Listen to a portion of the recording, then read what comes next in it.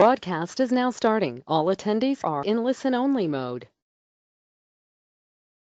Well, good morning, and I appreciate everybody taking some time out of their day to join us on our Firestorm webinar on how to survive and prepare for a deadly weapons attack. My name is Jason Russell. I'm the newly appointed president of Firestorm. I've been with the company for a little over a year. My background, I started off my career as a police officer, and then most of my career was spent as a Secret Service agent doing security at a fairly high level involving obviously the president, former presidents. One of the things you'll see in our initial slide here is Firestorm has a division of Firestorm that focuses specifically on education, and that division is called our Secure Education Consultants Division.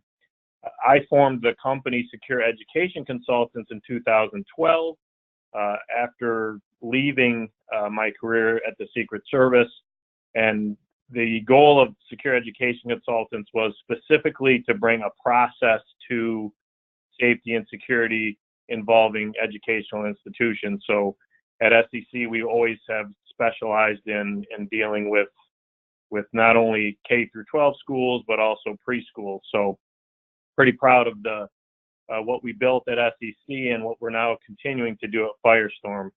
And appreciate everybody, like I said, taking some time out of your day. And please feel free as we go through this, if you have any questions or comments, you can enter them in the question area there on your dashboard.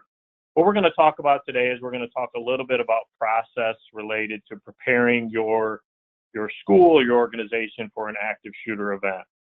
And I think as we go through this, you'll see that I'm big on process, and we created a process at SEC, Secure Education Consultants, specifically related to preparing for an active shooter event, because what I was seeing happen in not only my own kids' schools, but just in schools in general, was kind of a single layer focus when it came to preventing active violence events, which means we were essentially using one layer of security, and when that layer failed, we saw extremely negative outcomes in those events.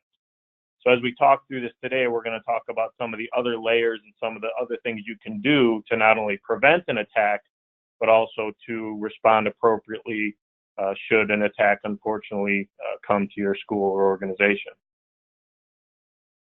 So one of the reasons that schools and organizations kind of don't prepare is there's a lot of barriers that get put up in terms of being able to actually properly prepare for one of these events.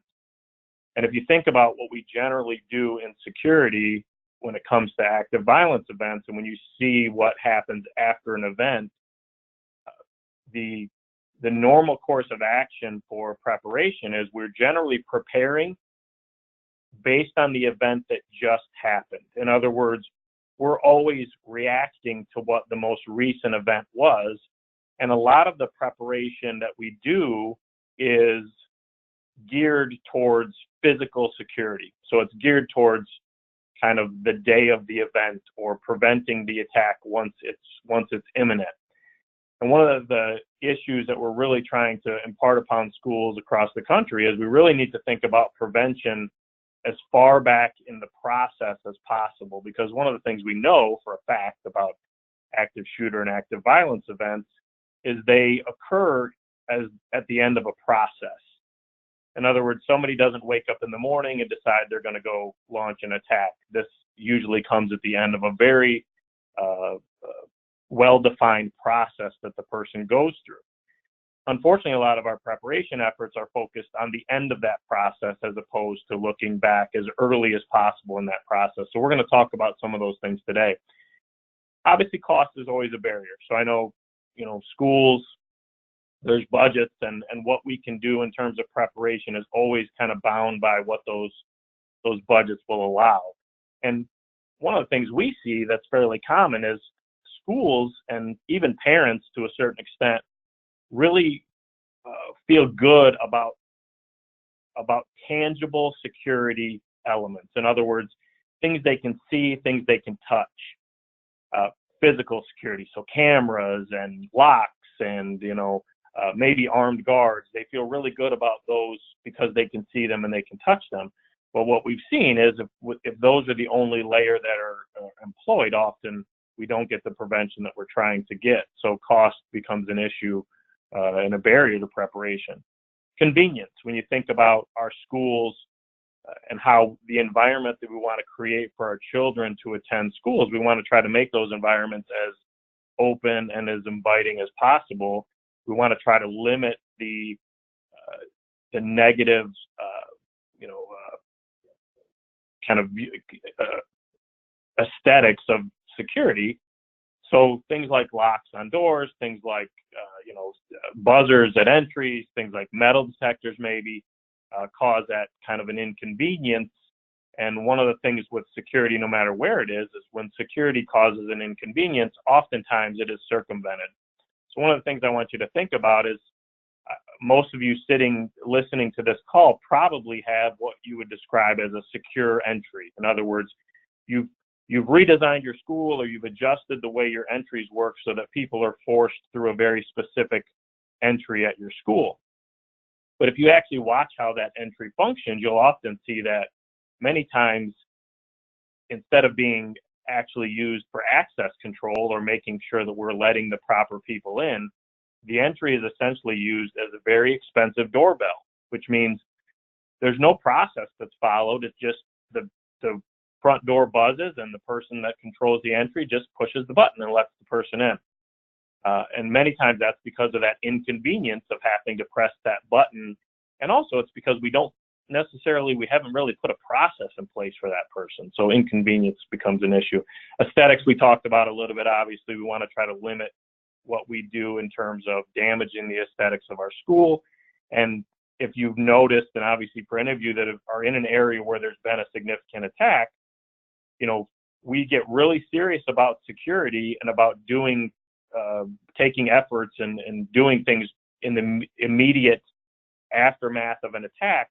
But as we start to kind of get back to normal, we get complacent, and we may be willing to put some fairly significant measures in place in the short term after an attack. But once we kind of lose that fear, we start to go back to kind of normal operations, and we kind of get lax on our security and things like that start to happen. But the largest barrier, and the one that's really difficult to overcome, and probably not one that exists on this call, and the reason I would say that is because the mere fact that you're sitting listening to me talk, this barrier has probably been overcome, and that is belief. People will not prepare for an incident that they do not believe can happen to them. Now, we obviously believe that these active violence attacks happen because we see them almost daily on the news, but many times organizations don't believe they can actually happen to them. So if you don't believe that you're have the potential for this type of an issue, then you're unlikely to properly prepare for it. So those are the barriers that we kind of commonly face, and we're big on really talking about preparation happening via a process. So the process that we suggest for any school to go through to determine what their level of preparation is for an active violence attack is the one that you see here on the slide. And it starts with taking a granular examination of your facilities. So we call that our site assessment, which is look at your facilities through the lens of the response that you would need for an active violence attack, or the response that you would need for any emergency, and see if you have the elements in place to respond. So if, as we're specifically talking about an active violence attack, some of the things in the site assessment that become critically important are, do we have the ability to alert? If you look at some of the recent attacks, and if you look at even Parkland and some of the most recent ones, one of the largest weaknesses, and it's something that you're going to hear me talk about throughout this webinar, is the weakness in our alert systems as they relate to active violence attacks. And as a matter of fact, as I was recently reading some of the articles about the Parkland attack, there was some evidence that some staff members didn't even know if they had the the authorization to order a lockdown. I want you to think about that for a second. Think about the fire alarms that exist in the building that you're sitting in now. The idea that we would ever tell staff in a school or in any organization that only certain people are allowed to pull the fire alarm. We would never say that. We would never say that we only allow certain people to alert for a fire. As a matter of fact, we actually set the alerts up in a fire situation so that anybody, anywhere in the facility can actually perform that function and alert for a fire. But when we're talking about active violence attacks, we haven't really come up with a very efficient method for alerting each other that there's an issue. And one of the things that we're finding as we look at how these attacks play out is that delay or that lack of a consistent and effective and efficient alert capability is resulting in people not knowing that the incident has even started.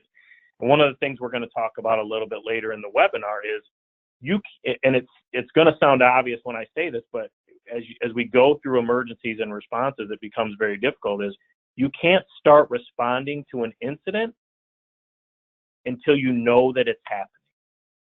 So the reason we put fire alarms all around buildings and it's code and you're required to practice, certain, is because we want anybody anywhere to be able to pull that alarm so that everybody knows there's a fire.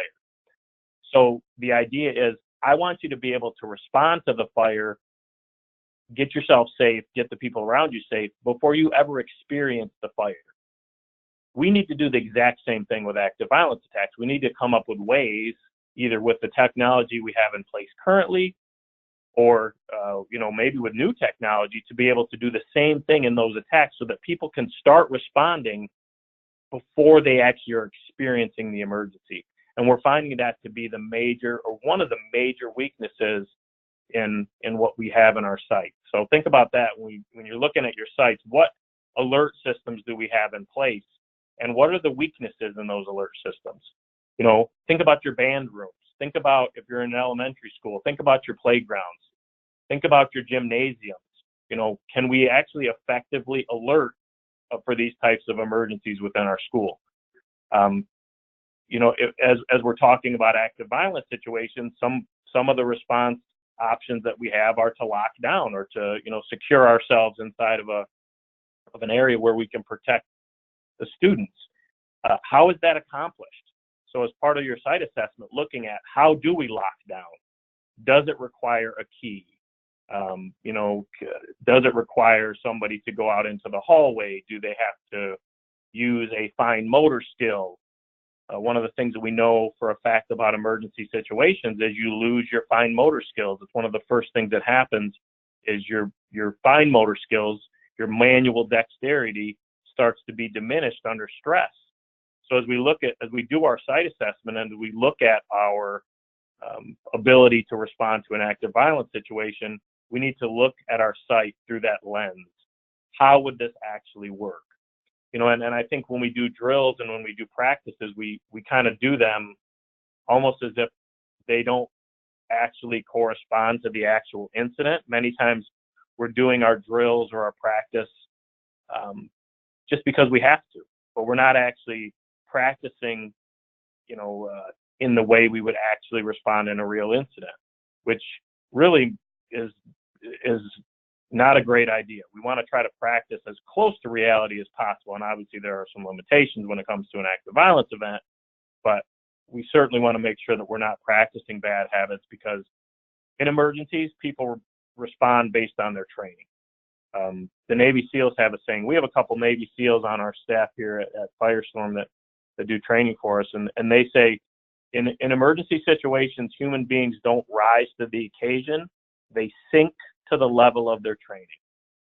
And when you look at some of the gaps in your facilities and some of the gaps in your procedures, you may find that training is one of those gaps. So start with the site assessment. Is our site built for this emergency?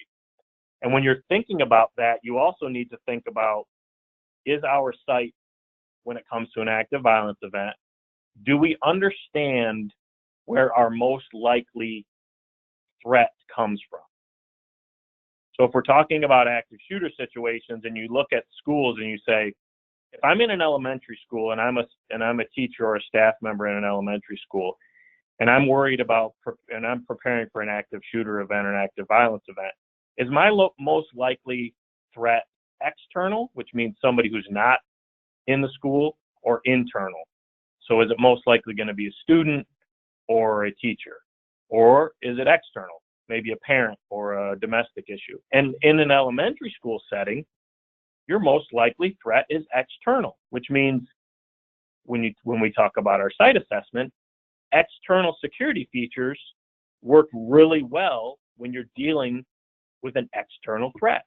So things like secure foyers and, maybe safety film on windows and, that single point of entry and all the things that we talk about when we're securing our perimeter are really effective at securing from an external threat. But as the age of our kids as the kids get older, the active violence threat goes from a very external threat to a very internal threat, which means in a high school setting, the vast majority of attackers in high schools are students, which means if you think about the security measures you're putting in, many times they don't even necessarily address the actual threat that you're facing. So as we look at a high school situation, generally the student is already in the building. They're allowed to be there. So not only do our external security features not address the threat, but many times our attacker knows our policies. They practiced what we're going to do. So when we think about prevention, really the prevention strategies in a district should really be different based on the school. And that's sometimes hard to get schools to understand, is you can't use a one-size-fits-all approach when it comes to prevention. You really have to take each facility as its own unique environment and prepare for that facility. And that's one of the processes that we perform at Firestorm, is really granular, in-depth site assessments. We use all former retired Secret Service agents, high level of security experience, and specifically related to schools. So that's step one. Step two is looking at what are our procedures for an active violence event? What are our actual plans? What are we going to do? And one of the things that I think a lot of schools are going to when it comes to active violence is what we call a concept-based approach, which means we don't have a very rigid response protocol. We allow for options for a teacher or a person in that environment to make a decision for their response based on the situation they are facing. In other words, and you've heard the different, there's all kinds of different, kind of monikers for this. There's run, hide, fight. There's, we use escape, secure, confront. It doesn't matter. They're basically the same concept, but the idea is we don't have to just lock down anymore. If we happen to be by an exterior door and we're comfortable that we can evacuate and we can get the students out, and maybe we're in a high school setting and we have students that, are mobile and there's not any issues, we might pursue an evacuation. Or if we're faced with a situation where a shooter has gained access to our area, or they're imminently close to us and can cause us injury or bodily harm, we might have to confront that person. We might have to actually defend ourselves to prevent ourselves or students from being hurt. So we need to look at our plans and make sure that they really provide for those options, not only in written form, but also in training. I've looked at pretty much every active violence attack that has happened, and I've interviewed teachers that have been involved, and we've actually had, we've done trainings for many years on this, and we've had several incidents where people that we've trained have been involved in incidents after we trained them. And one of the common threads is nobody in an active violence attack is going to pick up a book, pick up a plan, and read what to do, which means the information that they need to respond to that attack has to exist within their brain. They're not going to grab a flip chart. They're probably not going to grab their phone and flip to some protocol. First of all, there's no time. And second of all, that's just not the nature of human beings. Once again, we don't rise to the occasion, we sink to the level of our training. So as we put our plans together, we need to realize that the plan is only as good as the next step in our process here, which is the training that goes along with it. So it's really important to try to provide some type of training, not only specifically for active violence events, but for, we call our training critical incident response training as opposed to active shooter training, because quite frankly, the law of big numbers kind of protects you against an active shooter attack. So you're not likely to have one, but you are likely to have an emergency. So one of the things that we try to do with our trainings, and you might want to consider if you're considering pursuing training, is do training that covers concepts that apply to multiple emergencies and include active shooter, active violence in that training. In other words, I'm going to prepare you for a variety of emergencies, including active shooter, but not just active shooter. And make sure that you pursue some training that is based on best practice. And I'll tell you, the sad thing about the world that we live in is there's no standard for this. In other words, anybody can come to your school, to your district, and say, I'm an expert in this active shooter situations, I'm an expert trainer, and they can tell you whatever they want, and there's no standard that says they have to comply with a specific standard. So what we see in this space now, based on all the incidents that have happened, is people relying on, unfortunately, training that is not within best practice. So I strongly suggest you pursue training, but I also suggest that you make sure that whatever training you are getting is done by people that do this on a regular basis and are operating within best practice. But you have to remember that the training is the most important piece of that process.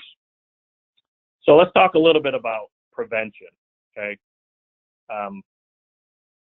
We know that active violence attackers, they walk a path. In other words, these attacks don't happen, and I mentioned this at the beginning, they don't just wake up in the morning and say, I'm going to go shoot up my school. We know that they follow a path.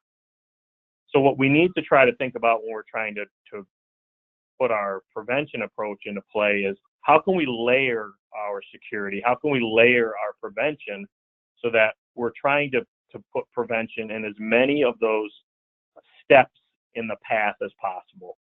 So when we think about that, what are we doing with our threat assessment? What are we doing with looking for behaviors of concern? What are we doing with social media monitoring? Are we looking at some of the communications? Are we monitoring our social media platforms? Are we monitoring this, open source social media to see if people are making threats?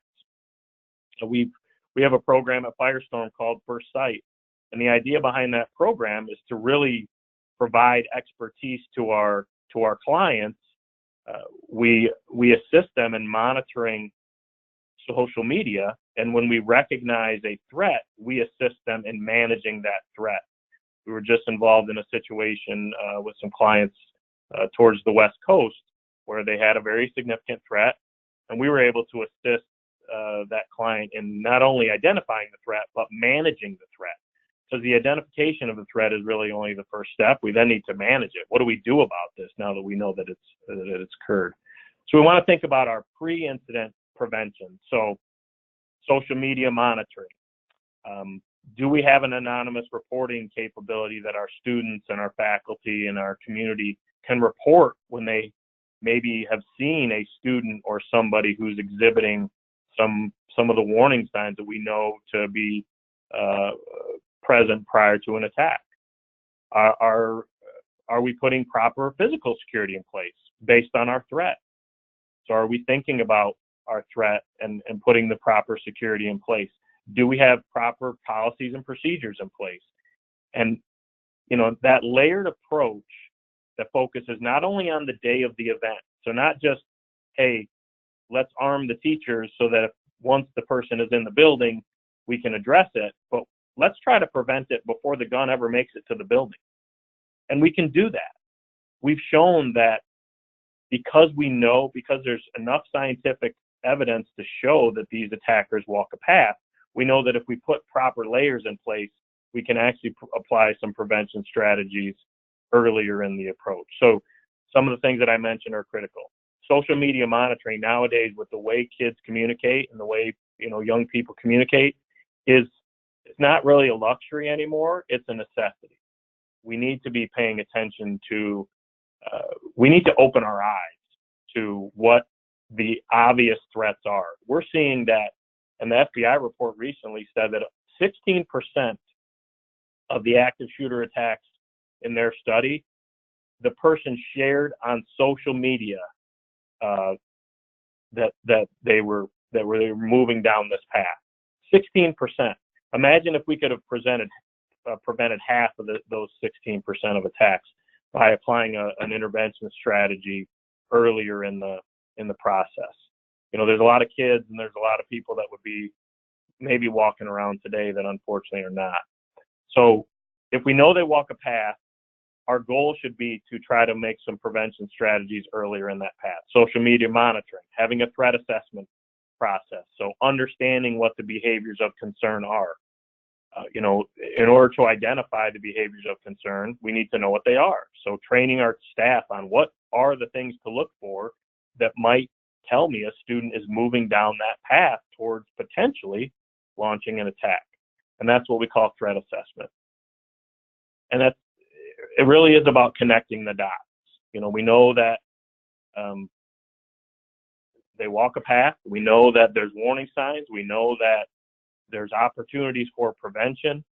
Unfortunately, and you've all watched the news and you've seen the reports, unfortunately, we hear about these warning signs after the attack.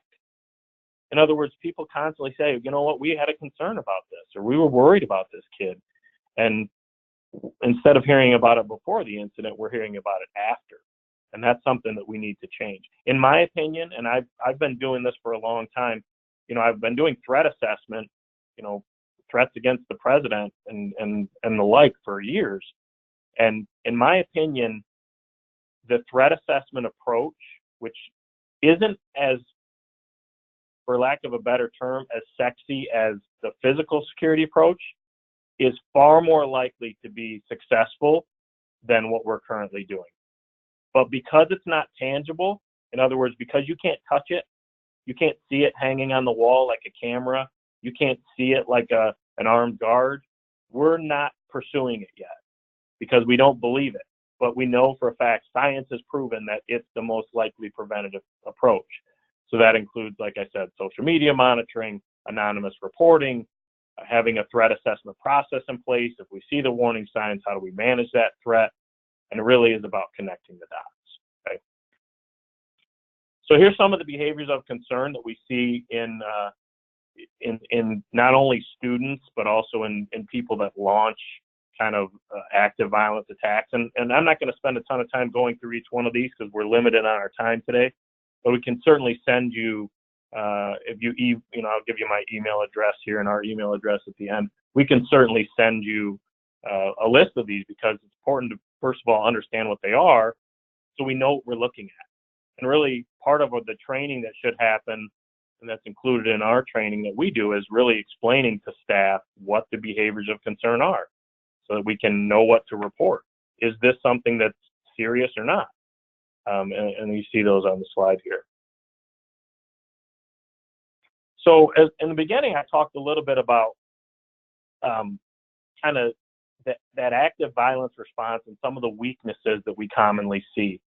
And as we look at attacks, as we look at actual attacks that have happened and say, what were the problems that this place faced? What were the weaknesses in what happened to them that caused there to be victims in this situation? Many times it related to kind of the process that people go through that when they're experiencing an active violence attack. So we kind of broke this into 3 steps. The first step is sensing danger, sensing that there's actually an event happening. The next is evaluating response options, and the third is taking some type of action or committing some type of action. So as I pointed out earlier, you can't begin to respond until you know what's happening. And we sense danger the same way we sense anything else. We hear it, we see it, we feel it, or somebody else tells us that it's happening. So if you think about your weather alerts, and you think about your fire alarms, and you think about even a car alarm, think about the things that are designed to alert us to danger. What's really strange about some of the alert systems that we have in place for emergencies is we tend to not, even though they are designed to tell us there is danger, the more we experience them, the less likely we are to believe them. And as you sit where you're at right now, I want you to think of all the times in your life that you've heard a fire alarm, okay?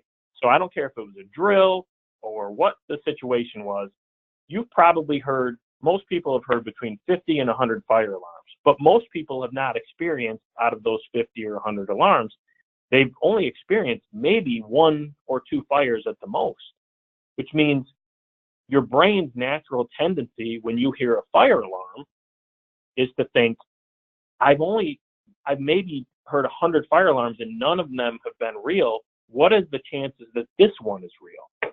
So one of the things that I'm finding, the more research and training that I do, is that we tend to not believe the alerts that alert us to danger. In other words, we know that it means it could be danger, but we don't believe that it's real. And that actually causes an issue in terms of response. So, I always use the example of a car alarm. I remember when car alarms first came out back in the early 90s and late 80s. And if a car alarm went off in 1989, it was a big deal. You thought somebody's car was actually being stolen. But if a car alarm goes off nowadays, you don't even turn your head. And the reason is because you don't believe that alert means anything anymore. So when we think about ways to alert people to danger, one of the weaknesses that I'm seeing repeatedly in active violence attacks is the delay of people in sensing the danger. In other words, either being alerted to it or believing that it's real causes people to remain in areas that are unsafe and often causes them to become victims of the incident. So you got to sense the danger, then you have to decide, okay, what am I going to do about this? And then you have to take that action. Unfortunately, there's kind of barriers in each one of those steps. Because we don't experience danger on a daily basis, we tend to deny. It's kind of that disaster denial. We don't necessarily have a way to frame this experience. We tend to provide other excuses for what it is that we're sensing. So you'll often hear people in an active violence situation, they'll describe the gunfire and they'll say, well, it sounded like fireworks or it sounded like a car backfiring. And what that is normalcy bias. It's their brain saying, I don't want this to be gunfire. So maybe it's something less dangerous to me. Maybe it's just fireworks, or maybe it's something, a car backfiring. And that causes a delay in the start of the response. Social proof. We look to others. We look around us and see, what are they doing? Are these people, do they seem to be responding to the incident? If you look at active violence situations that occur in large crowds, you'll often see that this this kind of group dynamic plays a huge role in how people respond. So if the crowd is not responding, if they don't seem to be worried about it, or they're not taking cover, or they're not, leaving the area, we probably won't either, because we tend to operate within the rules of the group that we're in. Okay. And then the last one is just underestimating severity. So we just don't think it's that bad. Now, now we've made it to step 2, which is great. We finally sense the danger. It's an active shooter attack. Now, what do we do about it? And that's kind of the evaluate response options piece. This is a pre-incident activity. This is something that needs to happen before the attack, not during the attack. What we know about physiology and what we know about how your brain processes information in emergencies is that your brain was built for emergencies that happened 500 or 1,000 years ago, when critical thinking wasn't important. you could basically solve problems with either fight, flight, or freeze. Well, modern emergencies require a little bit more savvy and a little bit more, and there's more variables that take place, especially in an education setting where we're responsible for kids and we have all these different steps that we really need to take to try to make ourselves safe. Well, our brain isn't designed to come up with that information while we're under the stress, which means the information that we need to respond has to already exist within our brain prior to the event. Okay? And that happens through training. So the reason, even though I know sometimes it's a pain and we don't take it seriously, the reason we practice and we drill on emergencies is because we want to take the information that you need to respond, and we don't want it to be a critical thinking or a new concept. We want it to be something you've done before. So it almost becomes muscle memory. So when you think about how, I think back to my training at the Secret Service and how we prepared for, maybe an attack on somebody we were protecting, we would practice those things over and over and over again with the idea that if we ever were faced with a situation, the response would be muscle memory. We wouldn't have to think about it because our brain wasn't going to allow us to do that, okay? So the way you do that is really through training, which, obviously in a school setting, professional development days, and we know this because we train schools on a daily basis, they're valuable. So our training that's 3 hours to be able to set aside that amount of time is tough. So a lot of times we'll talk to our trainees about a process we call mental scripting, which is really training yourself within your own brain, putting yourself in a scenario, and then coming up with a response to that so that your brain has a script to use in an emergency. Okay, and then the last piece of that, evaluating response options, is knowing your environment, knowing what's possible given the environment that you're in. So in an active violence situation, that becomes critical. Does my door lock? How does my door lock? Which way does my door swing? If my door swings out into the hallway and my plan has been to barricade my door, well, that's not a very good plan because you can't barricade a door that swings out into the hallway. So understanding your environment, knowing what's possible given the environment that you're in, where's my cover? Where's my concealment? Where's my potential exits? Is there any way to evacuate this situation? And that's what we call good old-fashioned situational awareness, knowing what's possible given our environment. And then the last step to that process is taking that action, deciding what I'm going to do, and then doing something. And really what we found, actually, when we look at emergencies is the people that pick up on the danger the fastest and believe that it's real tend to have significantly better outcomes in an emergency. And the reason is because they have more room for error in their response. If I know 2 minutes ahead of when the shooter gets to my area that he's in the building or she's in the building, then I have a 2-minute head start for my response. So when I talk about alerts, that's what it's all about. The alert has to be, get out ahead of the incident. And then lastly, what are responses? And, we've heard these called a million different things. You have run, hide, fight. No matter what you call them, the concepts are the same. You're either going to get out, escape, you're going to lock down or secure, find some cover, concealment, or you're going to confront, okay? One of the things that's critically important as you're training teachers is to get them to understand that this response is not linear, which means you don't have to do one, you don't have to run, then hide, then fight. It doesn't have to be in that specific order. You're going to choose the one that is best given the situation you're faced with and all the variables that you have. In other words, when we think about an education situation, what are the variables? Well, how many kids do I have? Where are we at in the building? How old are the kids that I'm with? The age of the kids and what their ability level is a variable that has to be taken into place when I'm deciding which one of these 3 options I'm going to choose. So, and that comes through training, and it comes through having discussions and understanding the concepts and saying, look, I can't give you, and I've trained teachers long enough to know that teachers love rules. They want to tell me exactly what to do. Well, the reality of these situations is if I do that, I'm actually doing you a disservice because I don't know what variables you are going to be facing. So, we used to tell teachers you lock down no matter what. And in many cases, that may be the best choice, but it isn't the only choice we have. So we have to provide these other options and explain when they're appropriate or when they're possible to use. The other thing that we need to explain to teachers is when, or anybody for that matter, is when the one you have chosen no longer becomes the best option. In other words, I tried to lock down and I didn't have my keys, or I couldn't get the door locked, or whatever. When that one no longer becomes the best option, you have to be prepared to switch to one that is more likely to be successful. And that's really a hard concept for teachers, and here's why.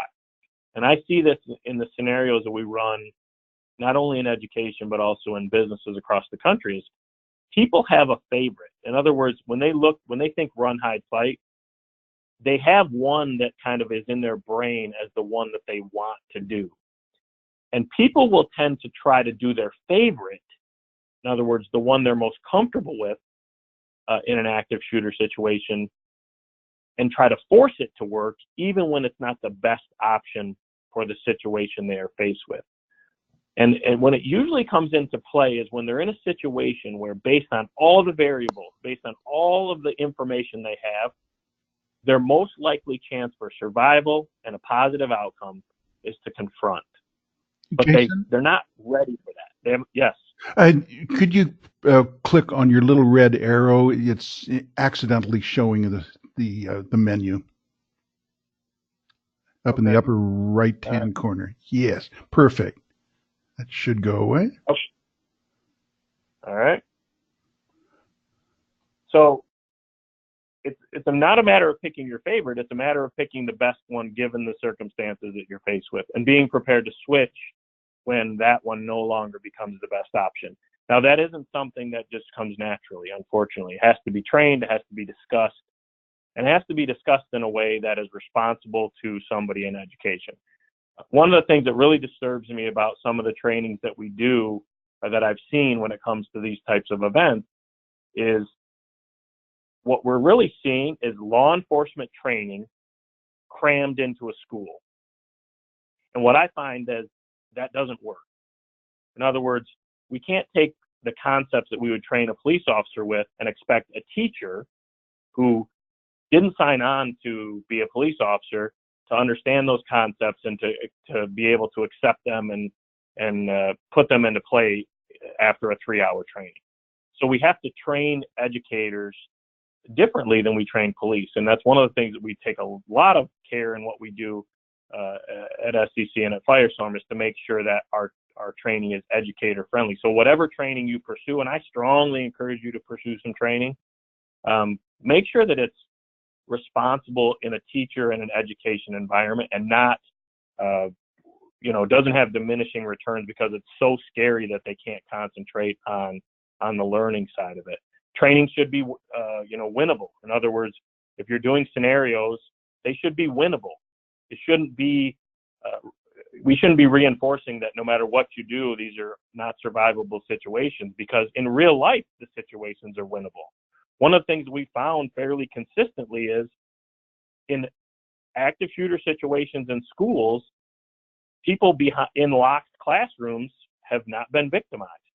So, we should be telling people that. We should be telling teachers that, look, if you have a good lockdown policy, and if you have good cover and concealment in your classroom, your chances of survival are pretty high.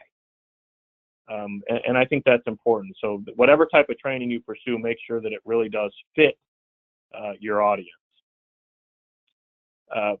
We work with not only the training side, but actually one of the biggest things that I think you need to consider as you're maybe pursuing a renovation or pursuing building new schools is think about the security during the build. One of the largest areas of our business now is working with architects to integrate, proper security in the build process. So instead of counting on the architect to understand and know what to do, we come in and assist the client in making sure that they're making relevant decisions during the redesign or during the building of a new facility. and it makes a huge difference just in terms of budget and all those other things. So I'm going to show the slide here with my information. My name is Jason Russell. You see my phone numbers there. You see our website. I appreciate your time. I know that your time is valuable. I know this topic is something that we could probably spend days and days on. Unfortunately, we don't have that much time. I highly encourage you, if you're interested at all in any of the things that we discussed, if you have any questions, comments, concerns, please don't hesitate to reach out. Like I said, my phone numbers are there. My email is jrussell@firestorm.com. That's jrussell, 2 S's and 2 L's, at firestorm.com. We also have SecureEd.com, which is our SEC website. And thank you so much for your time. Thank you for what you do. And please, if we can be of any assistance to you or your schools, please let us know. And with that, I appreciate your time and attendance.